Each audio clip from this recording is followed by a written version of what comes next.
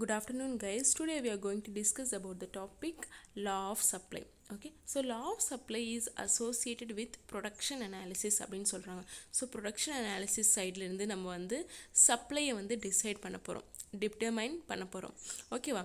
So it explains the positive relationship between price of a commodity and supply of the commodity. So நம்ம price and supply, ஒரு பொருளோட ப்ரைஸும் அந்த பொருளோட supply வந்து ஒரு பாசிட்டிவ் ரிலேஷன்ஷிப்பில் இருக்குது அப்படின்னு சொல்கிறாங்க. பாசிட்டிவ் ரிலேஷன்ஷிப்னா என்ன அப்படின்னு பார்த்தீங்கன்னா, இப்போது ஒரு பொருளோட ப்ரைஸ் இன்க்ரீஸ் ஆச்சுன்னா ஆட்டோமேட்டிக்காக என்ன ஆகும் அப்படின்னு பார்த்தீங்கன்னா, அந்த பொருளோட சப்ளை கூட இன்க்ரீஸ் ஆகும். ஸோ இந்த ரிலேஷன்ஷிப் தான் என்ன சொல்கிறோம் அப்படின்னு பார்த்தீங்கன்னா லா ஆஃப் சப்ளை அப்படின்னு சொல்கிறோம். So law of supply it is associated with production analysis and there is a positive relationship between price and commodity. Price and supply of the commodity. Okay, which means that if prices of the if any product's price is increasing, automatically supply also will get increased. Okay, definition ஒரு வாட்டி பாருங்க. Law of supply can be stated as, so other thing remaining same. So if the price of the commodity increases, its quantity supplied increases, and if the price of the commodity decreases, quantity supplied also increases அப்படின்னு சொல்கிறாங்க. So இது வந்து இந்த ரெண்டு ஃபேக்டர்ஸுமே supply and price ரெண்டு ஃபேக்டர்ஸுமே ஒரு positive ரிலேஷன்ஷிப்பில் இருக்கிறதுனால ஒன்று இன்க்ரீஸ் ஆச்சுன்னா இன்னும் ஆட்டோமேட்டிக்காக இன்க்ரீஸ் ஆகும். அண்ட் ஒரு ஃபேக்டர் டிக்ரீஸ் ஆச்சுன்னா, ப்ரைஸ் டிக்ரீஸ் ஆச்சுன்னா அதோட சப்ளை, அந்த பொருளோட சப்ளையும் டிக்ரீஸ் ஆகும். ஸோ இதுதான் definition. And coming to supply function. Okay, the supply of a commodity depends upon the factors such as price of a commodity. So இந்த supply function வந்து எந்தெந்த ஃபேக்டர்ஸில் மேலே ஒரு பொருளோட சப்ளை எந்தெந்த ஃபேக்டர்ஸில் டிபெண்ட் ஆகிருக்கு அப்படின்னு பாருங்கள். ஃபர்ஸ்ட் வந்து ப்ரைஸ் ஆஃப் ஏ கமோடிட்டி, ஒரு கமோடிட்டியோட price and price of the labour and price of the capital, the state of technology, so எந்த மாதிரி டெக்னாலஜி யூஸ் பண்ணுறாங்க, number of firms, total number of firms, இது அந்த பொருளை வந்து எத்தனை ஃபர்ம்ஸ், எத்தனை கம்பெனிஸ், எத்தனை இண்டஸ்ட்ரீஸ் வந்து ப்ரொடியூஸ் பண்ணுறாங்க அப்படிங்கிறது பற்றி இருக்கும். And prices of the related goods. Okay, so related goods so நான் ஆல்ரெடி சொன்ன மாதிரி ஒரு பேஸ்ட் எடுத்துக்கிட்டிங்கன்னா அதுக்கு நான் சப்ளிமெண்ட்டு நிறையா சோப்ஸு இருக்குது இல்லையா. And the future price and future price expectations and so on. So ஃப்யூச்சரில் அந்த பொருளோட ப்ரைஸ் என்ன இருக்கும் அப்படிங்கிற ஒரு கணிப்பு. ஸோ இந்த ஃபேக்டர்ஸ் எல்லாத்து மேலே தான் டிபெண்ட் ஆகிருக்கு. என்னது, இந்த சப்ளை ஆஃப் ஏ கமோடிட்டி, ஒரு கமோடிட்டியோட சப்ளை வந்து இந்த ஃபேக்டர்ஸ் எல்லாத்து மேலேயும் டிபெண்ட் ஆகிருக்கு அப்படின்னு சொல்கிறாங்க. ஸோ அதோட ஃபார்முலா பாருங்கள். So quantity supplied is equals to function of, so F ஆஃப்னா function of PX PR PF TOI. So இதுக்கு ஒவ்வொன்றா நம்ம இது பார்க்கலாம். பிஎக்ஸ்னா என்ன, price of a commodity, and பிஆர்னா price of related goods, and PF is price of a factor production. So factors production, land, labour, capital, டிஸ்ட்ரிபியூஷனோட ப்ரைஸ் எவ்வளோ அப்படிங்கிறது தான் price of a factors production. And T is technology, and O is objective of a producer. ஒரு ப்ரொடியூசரோட objective என்ன, அவரோட aim, கோல் என்ன, அவரோட production யூனிட்டில் என்ன அப்படிங்கிறது வந்து டிசைட் பண்ணுறது தான் objective of a producer. E is expected price of the commodity. Okay, so these are all the explanation for the formula.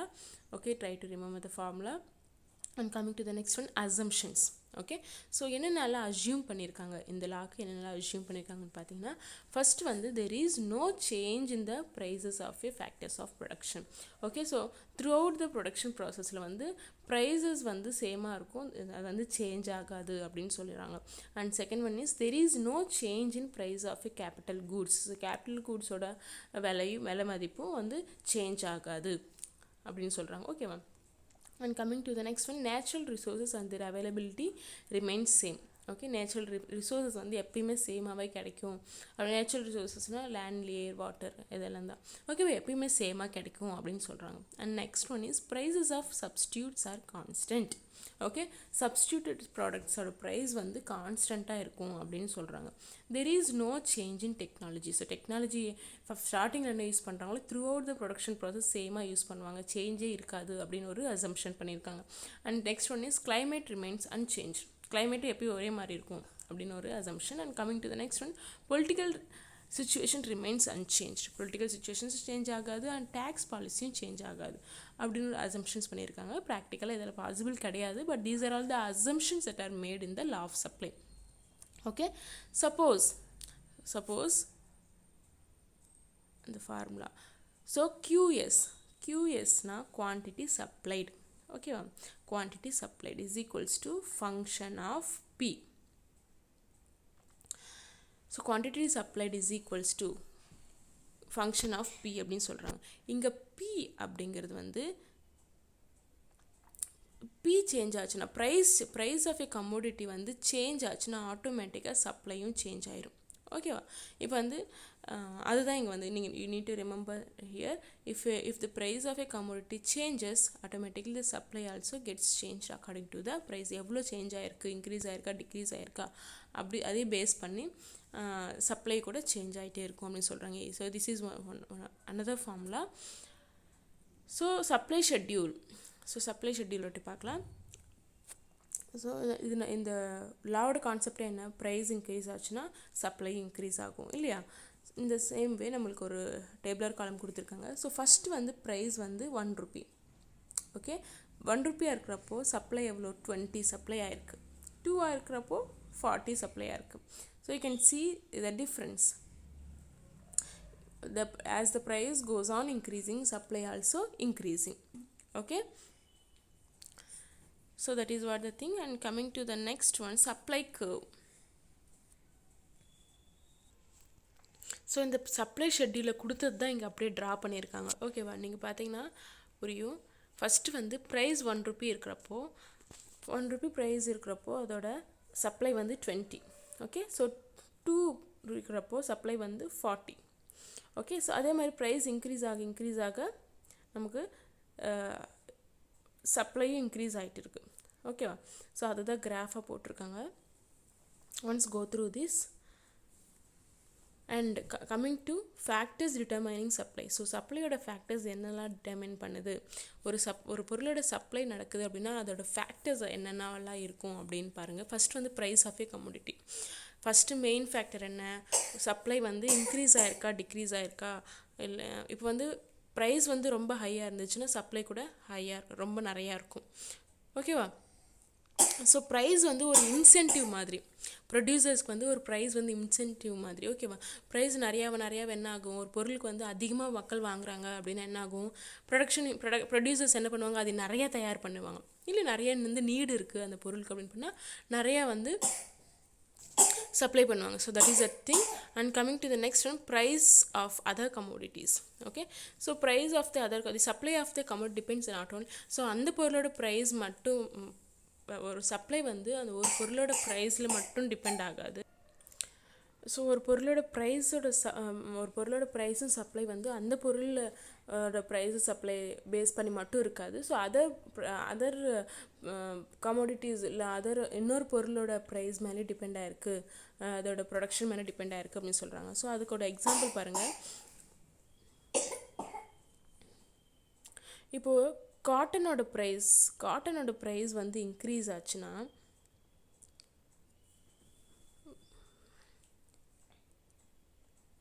So காட்டனோட ப்ரைஸ் வந்து இன்க்ரீஸ் ஆச்சுன்னா ஆட்டோமேட்டிக்காக க்ராப்போட ப்ரொடக்ஷன் வந்து இன்க்ரீஸ் ஆகும் அப்படின்னு சொல்கிறாங்க. So it depends not only on the price of its commodity but also depending upon the other commodities production. Okay, and coming to the next one, price of factors.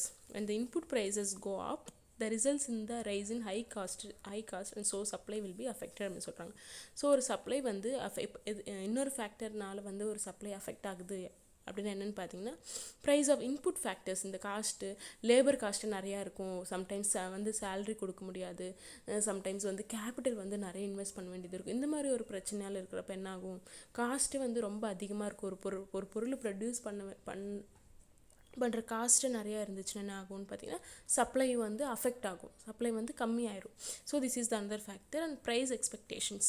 So ஃப்யூச்சரில் வந்து ஃப்யூச்சரில் வந்து ஒரு பொருளுக்கு வந்து அதிகமாக வந்து டிமாண்ட் இருக்குது அப்படின்னா என்ன ஆகும் அப்படின்னு பார்த்தீங்கன்னா ப்ரொடியூசர்ஸ் எல்லாம் என்ன பண்ணுவாங்க, அதை வந்து இப்போ சப்ளை பண்ணாமல் லாக் பண்ணி வச்சுக்குவாங்க. பிகாஸ் ஃப்யூச்சரில் வந்து நிறையா தேவை இருக்கும், நிறைய வந்து அது வந்து அதற்கு வந்து சப்ளை இருக்கும் அப்படின்னு நினச்சிட்டு இப்போயே வந்து லாக் பண்ணி வச்சுக்கிட்டாங்கன்னா இப்போ தேவைப்படுற அந்த பொருளுக்கு இப்போ தேவையாக இருக்கிறவங்கெல்லாம் அஃபெக்ட் ஆவாங்க. ஓகேவா? So that is the price expectations. Technology.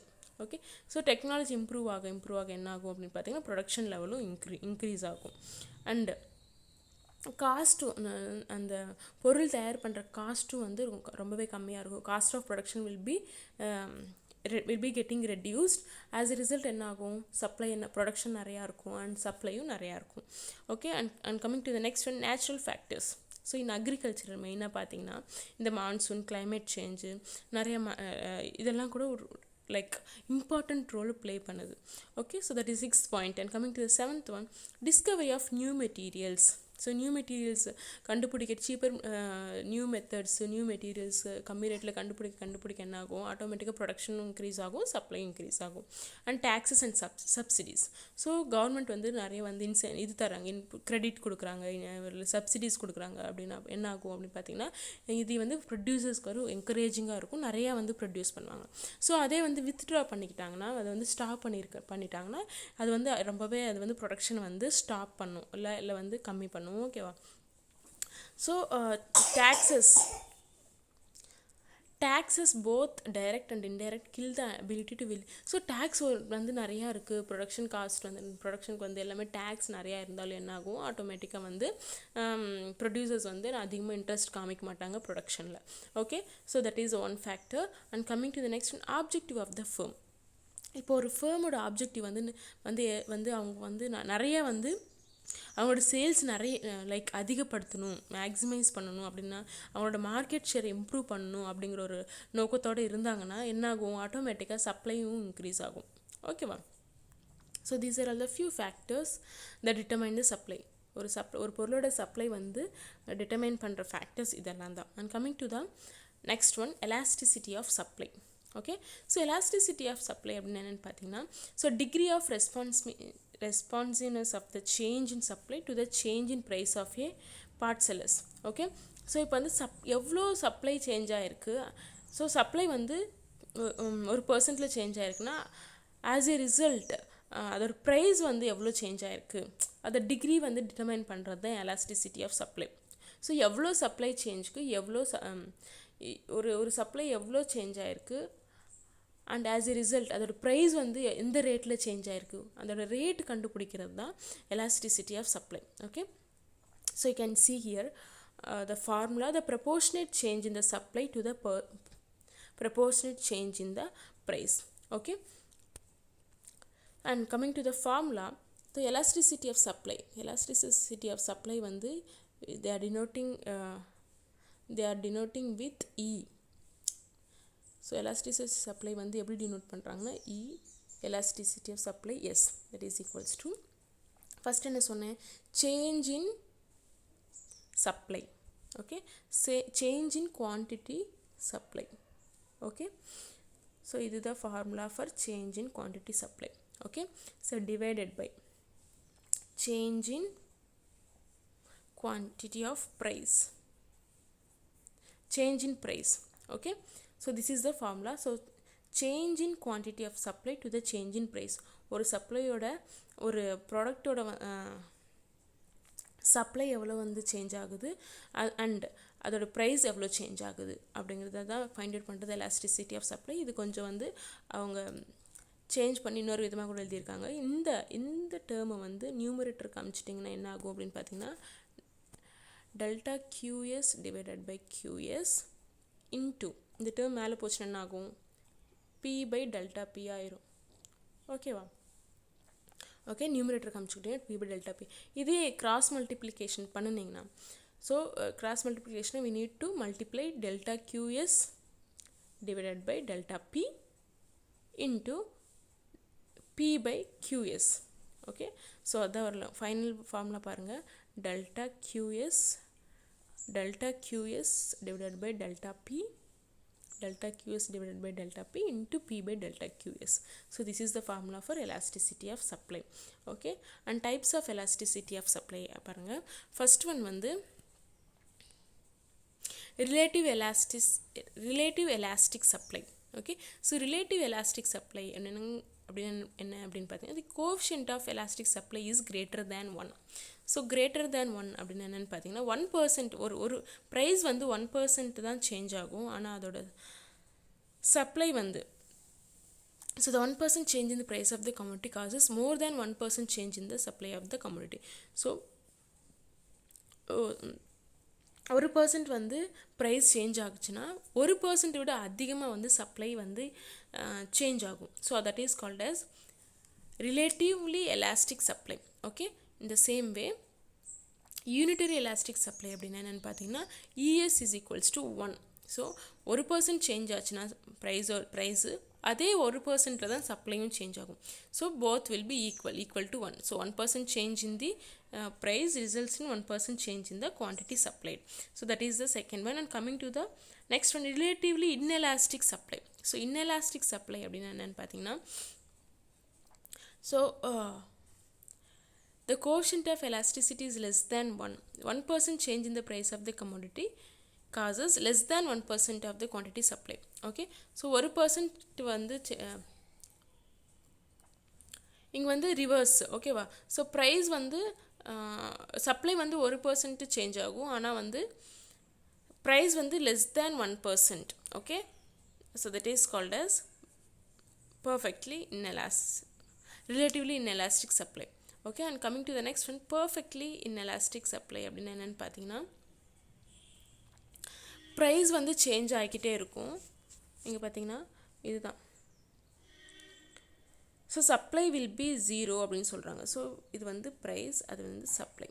ஓகேவா, ஸோ ப்ரைஸ் வந்து சேஞ்ச் ஆகிட்டே இருக்குது. ஆனால் சப்ளை என்ன ஆகுது, ஒரே ஏக்கு வந்து ப்ரைஸ் இருக்கிறப்போ சேம் அதே பொசிஷனில் தான் இருக்குது. ஸோ ஏலேருந்து சிக்கு ப்ரைஸ் இன்க்ரீஸ் ஆகிருக்கு. ஸோ அதே பொசிஷனில் தான் இருக்குது. ஸோ இந்த ஒரு லைன் வருது பார்த்தீங்களா, அது that indicates there is no change in the supply. As the price changing, the resultant supply will not change. Okay, so in that case ES is equals to 0. And ES is equals to infinity அப்படின்னா என்னென்னு பார்த்தீங்கன்னா price like infinite change of ப்ரைஸ்க்கு வந்து infinite change of சப்ளைக்கு வந்து same ப்ரைஸாக இருக்கும். So எவ்வளோ supply change ஆனாலும் பாருங்கள், ஃபஸ்ட்டு பியில் இருக்குது, டியில் இருக்குது, அதுக்கப்புறம் ஈக்கு வரும். அது ஒரு இன்ஃபினிட்டாக இருக்கும். Supply will be changing and the price will be constant. That is called as relatively perfectly elastic supply. Okay, so once go through this you'll understand it better. Okay, and coming to the factors, so the elasticity of supply வந்து என்னெல்லாம் factors determine பண்ணுது அப்படின்னு பார்த்தீங்கன்னா nature of a commodity.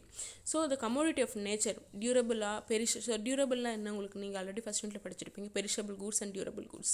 Okay, so durable goods வந்து ரொம்ப நாள் வந்து store பண்ணி வச்சுக்கிறதுனால என்ன ஆகும்னு பார்த்தீங்கன்னா இதோட ப்ரைஸ் வந்து ரொம்பவே அதிகமாக இருக்கும். அண்ட் சப்ளை வந்து லைக் நம்ம வந்து நிறையா வந்து நிறைய நாள் ஸ்டோர் பண்ணி வச்சுக்கலாம். அதோட சப்ளை வந்து நம்ம எப்போனாலும் அது விற்றுக்கலாம். வேறு பெரிஷபிள் கூட்ஸ்க்கு வந்து அது வந்து டக்குன்னு வந்து விற்றுடணும் இல்லையா, அந்த இருக்கிற வித்தின் டைமில் வந்து அது வந்து சேல் பண்ண முடியலன்னா it gets expired. Okay, so that is the one factor. And coming to the next one, cost of production. Okay, when production is subject to either constant or increasing returns, additional production and therefore increased supply is possible. Okay, increasing returns இருக்கட்டும் இல்லைன்னா constant ரிட்டர்ன்ஸாக increasing returns என்ன ஆகும், எவ்வளோ production வந்து input எவ்வளோ கொடுத்தீங்களோ அதோட output வந்து டபுளாக இருக்கும். ஓகேவா, கான்ஸ்டன்ட்டில் வந்து எவ்வளோ கொடுக்குறோமோ அவுட்புட் கூட அவ்வளோவே இருக்கும். இந்த மாதிரி சுச்சுவேஷனில் வந்து சப்ளை வந்து ப்ரொடக்ஷன் வந்து பாசிட்டிவாக இருக்கும். வேறு டிக்ரீஸிங் ரிட்டர்ன்ஸ் என்ன ஆகும்னு பார்த்தீங்கன்னா லைக் 1 யூனிட் இன்க்ரீஸ் என்ன ஆகும்னா அவுட்புட் வந்து அதோட ரொம்பவே கம்மியாக இருக்கும். ஆட்டோமேட்டிக்காக output will be very high. Okay, so that is called as cost of production. Coming to the technical condition, in large scale production with huge capital investment, supply cannot be adjusted easily. So elasticity of supply is lesser அப்படின்னு சொல்கிறாங்க. ஒரு large scale production வந்து ஒரு large scale production என்ன ஆகும், investment வந்து ரொம்பவே ஹியூஜாக இருக்கும். அந்த மாதிரி சுச்சுவேஷனில் வந்து சப்ளை வந்து ஈஸியாக வந்து அட்ஜஸ்ட் பண்ண முடியாது. ஓகேவா, ஸோ எலாஸ்டிசிட்டி ஆஃப் சப்ளை வந்து ரொம்பவே கம்மியாக இருக்கும். Where the capital equipment is less and technology is simple the supply is more elastic. Okay, so கம்மி கேபிட்டல் டெக்னாலஜி வந்து சிம்பிளாக யூஸ் பண்ணுறாங்கன்னா அப்படின்னு பார்த்தீங்கன்னா அங்கே வந்து சப்ளை வந்து ரொம்பவே எலாஸ்டிக்காக இருக்கும். ஓகேவா? So that is the third condition, that is technical condition. And coming to the last one, time factor. So time factor is very very important in determining the elasticity of supply. So during very short period when supply cannot be adjusted, elasticity of demand is very low அப்படின்னு சொல்கிறாங்க. ஒரு supply வந்து ஒரு short period of டைமில் வந்து supply வந்து adjust பண்ண முடியாது. இந்த மாதிரி டைமில் டிமாண்ட் வந்து ரொம்ப கம்மியாக இருக்கும் அப்படின்னு சொல்கிறாங்க. Okay, so in short period variable factors can be added and so supply can be adjusted to some extent. So very short பீரியடில் ஞாபகம் வச்சுக்கோங்க, வெரி ஷார்ட் பீரியடில் வந்து எலாஸ்டிசிட்டி ஆஃப் டிமாண்ட் வந்து ரொம்ப கம்மியாக இருக்கும். ஓகேவா? அங்கே வந்து சப்ளை வந்து அட்ஜஸ்ட் பண்ண முடியாது. ஓகேவா? வேறஸ் ஷார்ட் பீரியடில் அப்படின்னு பார்த்தீங்கன்னா ஓரளவுக்கு வந்து நம்மளால் வந்து அட்ஜஸ்ட் பண்ண முடியும். அங்கே வந்து என்ன ஆகும் அப்படின்னு பார்த்தீங்கன்னா எலாஸ்டிசிட்டி ஆஃப் சப்ளை வந்து அட்ஜஸ்ட் பண்ண முடியும். வேறஸ் ஸோ லாங் பீரியடில் என்ன ஆகும்னு பார்த்தீங்கன்னா fixed factors can be added, hence elasticity supply is highly elastic. So long பீரியடில் வந்து ஃபேக்டர்ஸ் வந்து நம்ம அடிஷ்னல் ஃபேக்டர்ஸ் ஆட் பண்ணிக்க முடியும். ஸோ இந்த மாதிரி டைமில் வந்து சப்ளை வந்து ரொம்பவே highly elastic in nature இருக்கும். So these are all the few factors that is governing the elasticity of supply. And there we come to an end to this unit. Okay, thank you.